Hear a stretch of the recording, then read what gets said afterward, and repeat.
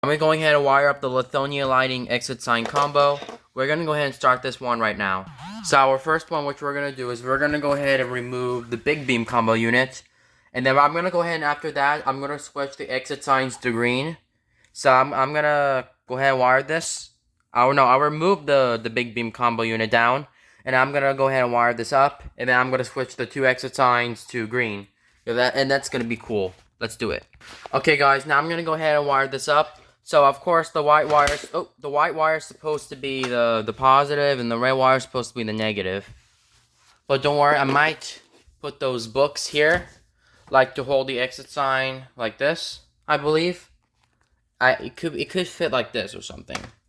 I'm not sure. But it could be. But let's go ahead and plug that thing. No, let's wire this and then let's see how it looks. Okay guys, so now I'm gonna go ahead and switch those signs to green. Those two, of course. So this one goes first, the other one goes second. Let's do it. Okay, guys. Now we're gonna go ahead and change this to red. I had that exit sign set on green. Change it to red. Here we go. All right, y'all. So as you can see, look how all my exit signs light up. Of course, the green. Of course, they're switchable. Red and green.